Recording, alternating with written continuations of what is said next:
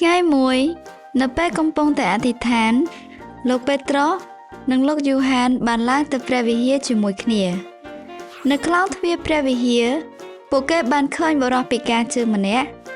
គាត់បានពិការជើងតាំងពីកំណើតមកម្លេះគាត់ពុំអាចដើរបានទាល់តែសោះជារៀងរាល់ថ្ងៃ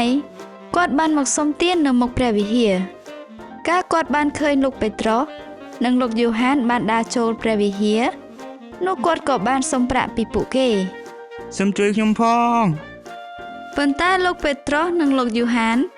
ពួកគេគឺគ្មានប្រាក់នោះទេដូច្នេះគាត់ក៏ពោលថាសូមមើលមកយើងបរិសុទ្ធពិការក៏បានក្រឡេកមើលទៅលោកពេត្រុសនិងលោកយូហានរួចលោកពេត្រុសក៏មានប្រសាសន៍ទៅគាត់ថាខ្ញុំគ្មានមាសប្រាក់ទេតែអ្វីដែលខ្ញុំមានខ្ញុំនឹងឲ្យទៅអ្នកបរិសុទ្ធពិការក៏បានលាតដៃរបស់គាត់ដោយរំពឹងថាគាត់នឹងទទួលបានរបស់ខ្លះពីពួកគេពេលនោះលោកពេត្រុសបាននិយាយទៅកាន់បរិសុទ្ធនោះថាក្នុងព្រះនាមព្រះយេស៊ូវគ្រីស្ទជាអ្នកភូមិណាសារ៉េតចូលក្រោកឡើងហើយដើរទៅចុះលោកពេត្រុសបានចាប់ដៃស្ដាំរបស់គាត់ហើយឲ្យគាត់បានក្រោកឈរឡើងរំពេចនោះជើងរបស់គាត់និងសន្លាក់ឆ្អឹងក៏ប្រែជាមាំមួនគាត់ក៏ស្ទុះឈរឡើងហើយអាចដើរបានបន្ទាប់មកគាត់ក៏បានចូលទៅក្នុងព្រះវិហារជាមួយនឹងសិស្សទាំងពីរនាក់ទាំងដើរផងលោតផងនិងសរសើរដំកើងព្រះជាម្ចាស់ផងនៅពេលដែលប្រជាជនបានឃើញបុរសពិការតាំងពីកំណើតអាចដើរបានលោតបាននិងសរសើរដំកើងព្រះជាម្ចាស់នោះពួកគេស្គាល់ច្បាស់ថាគាត់ពិតជាបុរសពិការដែលតែងតែអង្គុយសុំទាននៅមុខព្រះវិហារពិតប្រាកដមែនតើនេះពិតជាបុរសពិការដែលអង្គុយសុំទាននៅមុខព្រះវិហារមែនទេមែនហើយពិតជាគាត់មែនខ្ញុំឆ្ងល់ណាស់ថាតើវាកើតឡើងដោយរបៀបណាប្រជាជនបាននាំគ្នាងឿនឆ្ងល់និងខ្សឹបខ្សៀវពីការអស្ចារ្យនេះជាខ្លាំងបុរសពិការបាននៅជាប់ជាមួយលោកពេត្រុសនិងលោកយូហានជានិច្ចហើយគាត់បានស្រែកថាគាត់នេះហើយជាអ្នកព្យាបាលជាងខ្ញុំបណ្ដាជនទាំងអស់បាននាំគ្នារត់ទៅចោមរំមើលលោកពេត្រុសនិងលោកយូហានពេលលោកពេត្រុសឃើញដូច្នេះគាត់ក៏មានប្រសាសន៍ទៅបណ្ដាជនថាបងប្អូនទាំងអស់គ្នាអើយពួកយើងមិនបានព្យាបាលបរិសម្នាក់នេះទេពួកយើងក៏ដូចជាបងប្អូនទាំងអស់គ្នាដែរ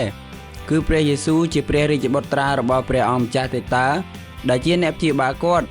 លោកពេត្រុស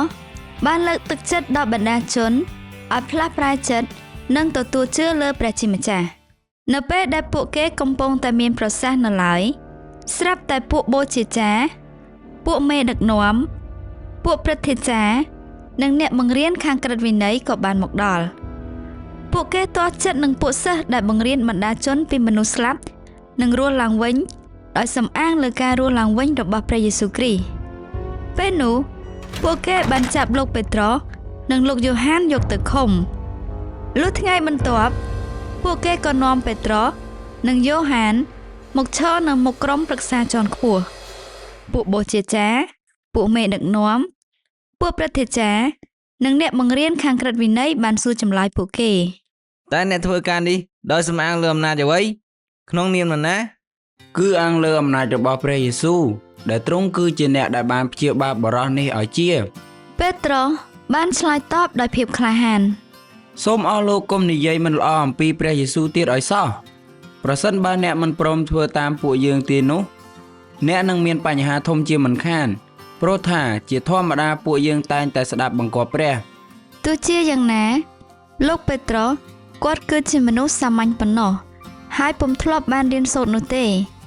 ប៉ុន្តែដោយប្រាជ្ញានៃព្រះគាត់បានធ្វើឲ្យពួកគេនៅស្ងៀមរកអ្វីនិយាយមិនបាននៅចំពោះបណ្ដាជនទាំងអស់ពួកបូជាចារ្យពួកមេដឹកនាំពួកព្រឹទ្ធាចារ្យ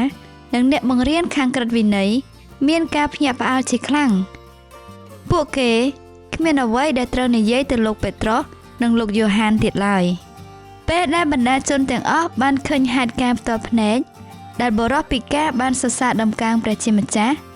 នោះពួកគេក៏បានសរសើរដំកើងព្រះជាម្ចាស់និងចង់ស្ដាប់លោកពេត្រុសអធិប្បាយពីព្រះបន្ទូលរបស់ព្រះយេស៊ូវ